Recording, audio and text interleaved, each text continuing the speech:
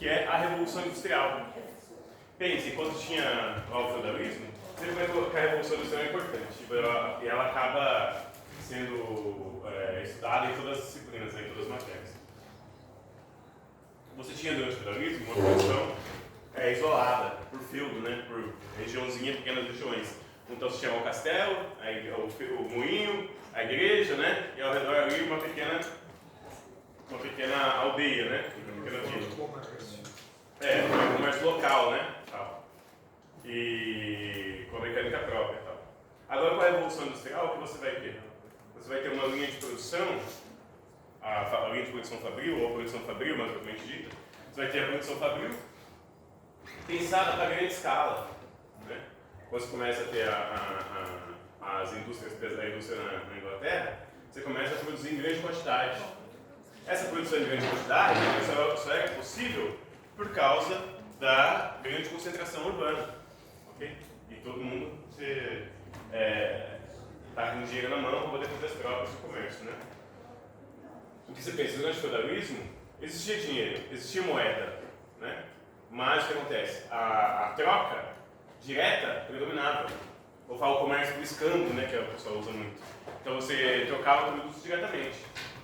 Agora com a Revolução Industrial, com a vida urbana, e você tendo a grande circulação de dinheiro, vai ter um outro padrão de desenvolvimento, né, de comércio e de relações de troca. Certo? E a indústria vai possibilitar essa produção em larga escala. E uma relação muito mais ampla e extensiva e com maior quantidade de mercadorias, de produção e consumo. O Marx, na primeira sessão do Capital, no volume 1, ele fala que a nossa sociedade se tornou uma imensa coleção de mercadorias, de tanta mercadoria que se produz. Certo? Uma coisa que acontece nesse processo é a taxa de lucros. Quando você tem lá no século XIX, a produção industrial, o que você tem? Você tem produção em larga escala, mas você tem um capitalismo nascente. Que vamos colocar uma data aqui para a Revolução Industrial, de 1750. Né? 1750, 60, vai por ali, vai sempre vindo ali, né? Então quando você está lá no século XIX, 1880, até 1880, 1890, você tem uma grande produção industrial de larga escala, mas que a indústria está ganhando novos territórios. A indústria ganhando novos territórios. Quer dizer, a concorrência, a livre concorrência predomina. E com isso, você tem menos, você não tem uma economia tão trustificada, tantos monopólios, certo? Porque a produção está chegando em vários lugares. Pense, no final do século XIX, você tem vários países que não têm uma indústria instalada, uma grande indústria. Então, se essas pessoas, os países que não têm indústria, consomem dos países que têm indústria, certo? Então, você tem um grande desenvolvimento industrial e colonização industrial de vários lugares. Agora, o que acontece depois de 1890 é que vários países vão se tornando industrializados, certo? E as mercadorias vão precisar cada vez mais do mercado consumidor, né? E isso é um dos elementos que vai levar tanto de falta de mercados e falta de matérias-primas. Isso vai levar a duas coisas. Um processo de nova colonização no continente africano, certo? Que foi implantado logo por Bismarck, na Conferência de Berlim. Esse é um elemento. E outro elemento do século XIX, é a Primeira Guerra Mundial. Um dos principais elementos que levou a Primeira Guerra Mundial foi a disputa por mercados, certo? Onde ia escoar as mercadorias e onde ia se retirar as matérias-primas. Aí eles dividiram a África. Então, se você pegar o continente africano até 1800, você vai ver que o meio do país ele é pouco colonizado. A colonização está mais ao redor do continente, nas regiões portuárias. Agora você vai ver que vão dividir todo o continente inteiro para poder explorar essas mercadorias. Isso é um processo muito interessante. Mas o que acontece? Quando você tem um monte de mercadoria, um monte de indústria, um monte de industrial produzindo um monte de mercadoria, você tem o que uma pessoa tem que fazer, o que o industrial tem que fazer quando ele está produzindo no mercado, uma grande quantidade de mercadorias, e ele encontra um outro produtor que também produz o mesmo produto da mesma qualidade. O que ele tem que fazer? Matar não. Eles fazem isso também. Qual é a estratégia? Baixar o preço para vender mais. Essa é a questão. Você tem uma grande produção produção. Você encontra um outro concorrente, né? Está concorrendo com o seu produto, o que você faz? Você aumenta a sua produção. Mas, para você aumentar a sua produção, o que acontece? Vender mais barato, isso vai levar o quê? A uma queda da taxa de lucro. Então, ao mesmo tempo que você vai baixar o seu preço, você vai vender mais mercadorias, você ganha na quantidade. Você já deve ter ouvido essa frase várias vezes, né? Ah, eu ganho pouco por produto, eu ganho mais na quantidade. E o cara faz o quê? Ele vende grandes quantidades, ele aumentou a produção e vai chegar a mais mercados. Só que nesse processo, o que vai acontecer? Todo mundo, todos os outros produtores, vamos para a produção de camisa. Cada produzindo camisa, 1 milhão de camisas ao ano. Aí o outro produz 800 mil. O que o outro faz de 800 mil? Aumenta a produção dele para 1 milhão e 200 mil camisetas. Ou camisas, certo? Aí no final, então, você vai ter uma soma maior de produtos sendo lançados no mercado. Gigante. Isso por um lado, levou a gente a poder ter várias camisas. Porque antigamente, essa é uma questão. Porque antigamente, o que se tinha era comum uma pessoa ter uma camiseta só, um paletó só, um par de sapato só. A mulher tinha só um vestido para festa. Hoje, qualquer pessoa na sociedade, pessoa comum na sociedade, com a renda média, tem lá 2, 3 vestidos, 5 vestidos, 3, 4 pares de sapatos, 5 pares de sapatos, assim, uma série de produtos. Então, o que aconteceu? Isso levou a uma queda tendencial na taxa de lucro. Isso leva a uma produção cada vez maior de mercadorias, certo? E, inclusive, isso gera crise de acumulação. Por quê? Uma vez tem mais produtos do que pessoas para consumir. Ou seja, de mercado consumidor. O mercado consumidor ele não é infinito. Ele tem um limite. Não dá pra você produzir, lançar e as pessoas vão consumir. Tem um limite para isso, tanto no que as pessoas podem consumir, quanto também existe um limite no próprio meio ambiente. Né? A gente não pode produzir toneladas e toneladas de garrafas plásticas sem esperar que uma hora isso tenha alguma consequência para o meio ambiente. Certo? Porque o mesmo ambiente que a gente consome é o ambiente que a gente precisa para se retroalimentar. Certo? Então, nesse processo, a gente tem aqui uma chamada de uma anarquia da produção. De vários produtores lançando mercadorias para todo quanto é lado. Certo? Então, uma produção excessiva. Ou então, uma superprodução de mercadorias. Isso, de tempo em tempo, colapsa o mercado. E gera grandes crises, como a crise de 29. A crise de 1929 ela foi uma crise de mega produção. Produção muito além do que as pessoas podiam consumir. Os Estados Unidos, os países que estavam em guerra, da Primeira Guerra Mundial, eles entraram em crise produtiva porque começou a rolar a guerra, e a guerra exige que você destrua o meio de produção do outro, certo? Você elimina o meio de produção do outro, você destrua terras, as fazendas de produção, as máquinas, os prédios, você tem que destruir tudo, certo? E os Estados Unidos ficou fora dessa guerra, né, da Primeira Guerra Mundial. Da segunda também, essa situação. Ele ficou fora dessa guerra mundial. O que acontece? Nisso, ele ampliou a sua produção, certo? E começou a exportar produtos para todos os outros países. E o que acontece? Quando acaba a guerra, todo mundo quer voltar a produzir. Só que os Estados Unidos tem uma produção massiva, gigantesca. E aí o que acontece? Agora não tem mercado para todo mundo. E isso vai levar a uma crise de superprodução. Certo? E essas crises de superprodução vão acontecer várias outras vezes na história. Como, por exemplo, na década de 70. Né? A década de 70 que tem muito a ver com o Bauman que a gente vai ver já. E outra coisa, como tem essa série de mercadorias, os industriais, os grandes produtores de produção em larga escala, industriais, mas quando fala produção industrial, produção em larga escala, não quer dizer só produtos industrializáveis, como máquinas, tecnologias, não só isso. A produção agrícola também é baseada na tecnologia, né? A indústria das máquinas é aquela também, de fertilizantes, né? De transportes, envolve a cadeia produtiva do campo, envolve uma série de elementos, né? Para poder funcionar, certo? E aqui vai ter outras coisas. Um foco nas vendas, certo? Então, um sistema para poder fazer desaguar mais mercadorias, né? De propaganda. A propaganda vai começar com um grupo cada vez maior. E também vai virar uma indústria da propaganda, com meios industriais de propaganda massiva. Vai gerar propaganda para todo mundo e, a partir disso, criar necessidades. O ser humano, como a gente já falou em outras aulas, é um ser com necessidades infinitas. Né? O Steve Jobs fala que... Qual é a frase dele? Ele fala que tem necessidade que o ser humano não sabe. Que quem vai dizer... as pessoas não sabem as necessidades que têm. É você que vai dizer para elas quais são as necessidades delas. E a partir disso você vai vender o produto. Steve Jobs. Aí o que vai dizer aqui? O Marx no capítulo fetichismo da mercadoria. Existe uma ideia de você se realizar pela compra do produto. Se você está triste, você vai aonde? Vai para o shopping. O shopping é um templo do consumo, da venda, por vários elementos. Porque tem uma série de mercadorias lá, porque é iluminado, porque tem segurança, as pessoas se encontram lá. Mesmo estando sozinho, você não precisa de companhia para ir no shopping. Você finge que está indo comprar alguma coisa. Aí você fica passeando lá. Você chega lá, você paga no cartão de crédito. Não, você não fazer nada. Você pode ir lá só para tomar um sorvetinho no McDonald's. Mas por que você vai lá no shopping? Em busca de uma companhia indireta. Certo? Isso. E a ideia do fetichismo é a ideia de como se a mercadoria pudesse agregar valor a você. Então, mesmo que você não seja uma pessoa tão interessante, você pode ter um carro interessante que vai fazer você uma pessoa interessante. Mesmo que você não seja bonito, nem forte, você pode comprar uma série de cavalos bonitos e fortes para te carregar por aí. Você pode comprar uma Ferrari, 250 cavalos ou coisas do tipo. Certo?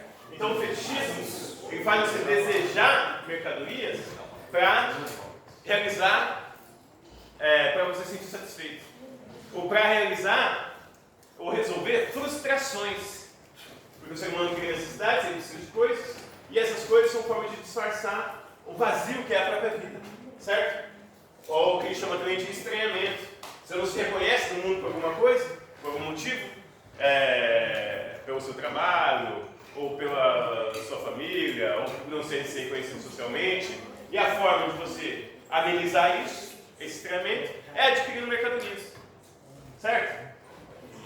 E isso então envolve as três esferas: da produção, da circulação e a venda. Aqui tem dois elementos importantes, que é mais histórico, né? Que é o Taylorismo e o Fordismo. O Taylorismo foi esse movimento da produção científica, né? Foi criado pelo Taylor, de tentar enxugar os poros na produção. Ou seja, tornar o trabalho mais eficiente, simplesmente reorganizando ele. Ele fala de mexer o cabo bebedouro nas sessões, para as pessoas não demorarem para ir beber água, de fazer o banheiro mais perto, para a pessoa não ficar gastando tempo no banheiro, controlar o tempo do banheiro, controlar o tempo de cada produção. Isso foi no Taylorismo, em 11. Depois, o Fordismo foi diferente. No Fordismo, ele tinha o mesmo objetivo: diminuir as pausas, né, no processo produtivo. Mas, para isso, ele seguiu a tecnologia, que foi a esteira, né? Isso intensificou a indústria de massas, certo? O Estado de Bem-Estar Social, a fase de Bem-Estar Social, que é no pós-guerra, até os anos 70, de 45 a 75, mais ou menos, o que você tinha uma grande produção de bens de consumo, como automóveis, eletrodomésticos, lavador, liquidificador. Hoje em dia tem muita essa questão da air fryer e tal, ferro de passar. Então você tem uma série também de formas.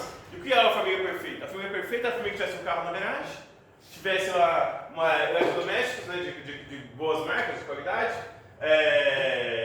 ferro de passar, e fosse ao clube, e tivesse filhos bonitos, a esposa bonita, né, o marido trabalhando, a esposa ficando em casa.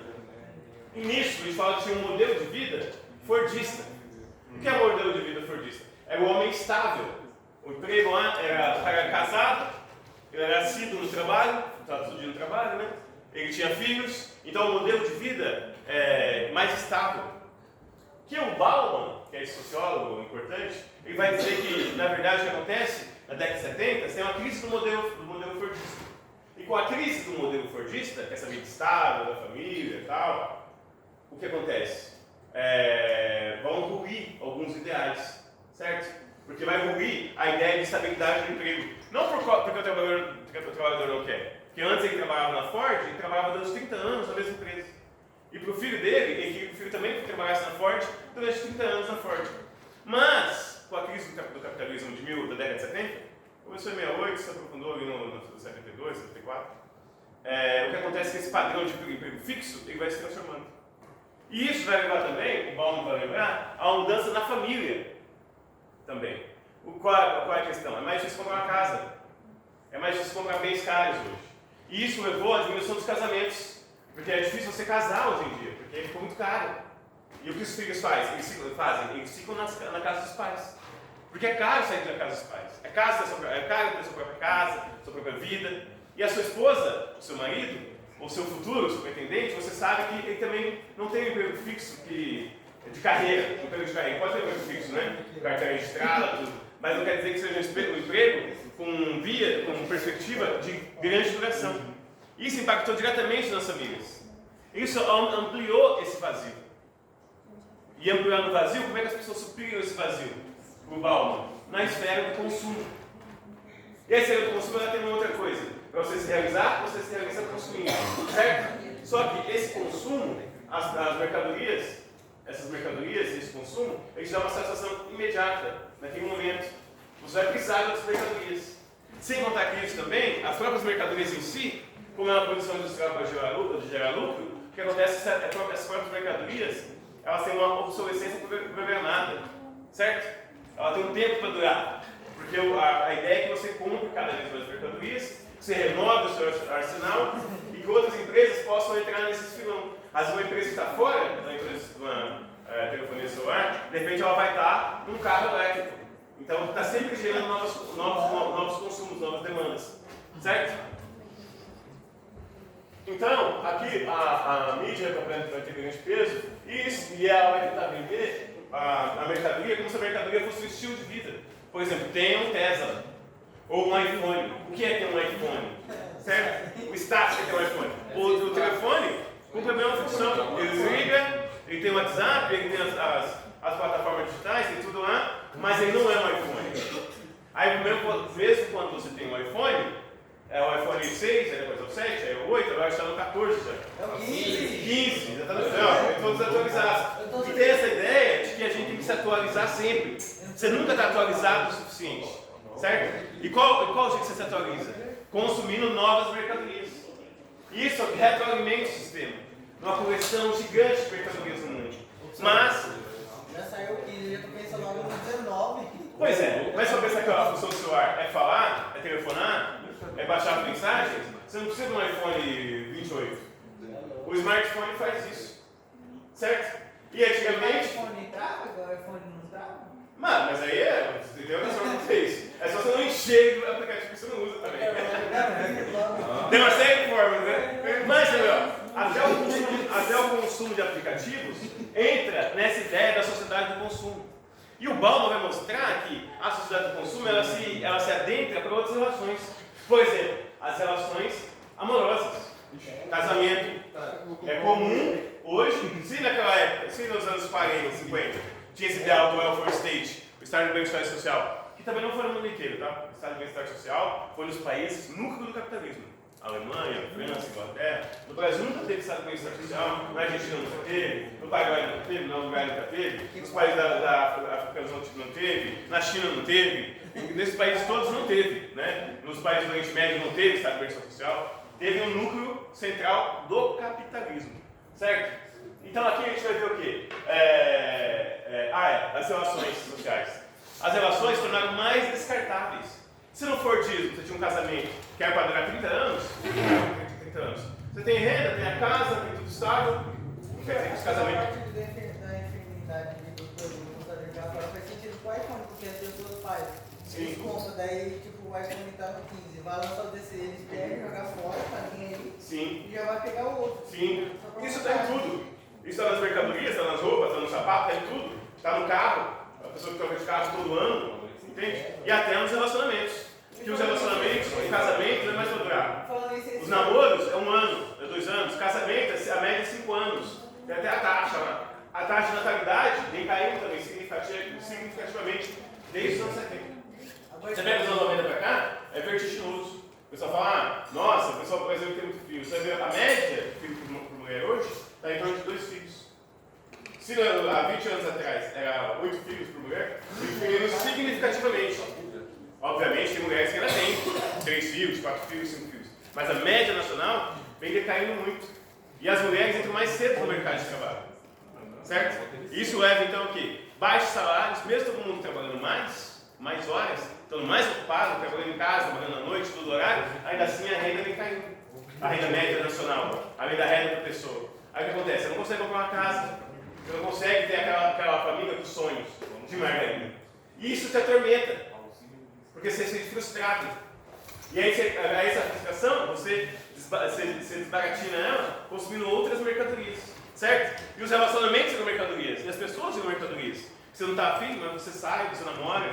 Tanta gente entra em namoro um atrás do outro, mesmo sem ter a relação afetiva profunda. A ideia de construir corpos, construir pessoas. Certo? Qual é o lance aqui? É usar e jogar fora. Então é a época da modernidade líquida, que chama, né? Que é uma época que tudo se desfaz com muita facilidade. A solidez que existia no século XX acaba se transformando e virando uma coisa fluida. Né? Os laços todos se desconstituem com muita facilidade. O consumo da passiva já falei, tem muito consumo. Isso é um elemento muito curioso. Esse é o nome do livro dele, Modernidade Líquida. Esse aqui é um elemento muito curioso da natureza atormentada, por exemplo, porque a natureza é finita. Não dá para você produzir mercadorias à vontade e esbanjar por aí os descartes, né? Só você tem a questão dos lixos, dos entulhos, a sujeira no mar. E o outro elemento que a indústria levou também, leva cada vez mais, como ela fica se expandindo, a consumir mais matérias-primas. E não só consumir mais matérias-primas, mas adentrar em territórios naturais, em florestas, na depredação ambiental, onde não se estava antes. Isso foi um dos elementos que gerou o coronavírus. Porque você foi destruindo a natureza, destruindo as florestas, aí tinha uma série de vidas, bactérias, vírus que viviam isolados, num controle natural em determinados lugares, que estão vindo trazendo para os centros urbanos. Certo? Então essa própria forma de consumo, ela atormenta a natureza que acaba devolvendo para a gente de alguma forma, né? Tornando o ambiente, o nosso mundo, cada vez mais difícil de sobreviver aqui, né? Tem até essa coisa de o quanto o efeito estufa, a produção de calor, as ilhas de calor, as mudanças bruscas de temperatura, o desequilíbrio das estações, uma série de consequências, tudo ligado à forma como a gente produz e como a gente consome esse ciclo, certo? Acho que é isso. Dúvidas, questões?